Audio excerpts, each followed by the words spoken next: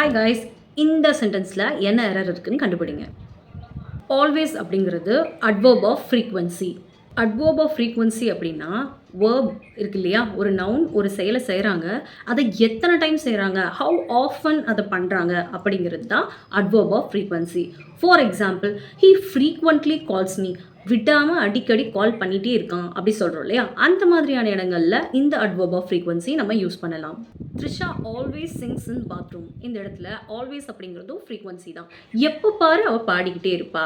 So அவள் பாடுறா, எப்பப்பெல்லாம் பாடுறா, ஹவு ஆஃபன் அப்படிங்கிறத டிஸ்கிரைப் பண்ணுறது தான் இந்த adverb of frequency. Remember one thing, adverb of frequency எப்பவுமே வேர்புக்கு முன்னாடி தான் வரும். Hardly, frequently, always, never, rarely, sometimes, often, இது எல்லாமே வந்து adverbs of frequency. How many times ஒரு நவுன் அந்த வேலையை செஞ்சாங்க அப்படின்றத சொல்கிறது தான் adverb of frequency. Thank you for வாட்சிங். Stay tuned.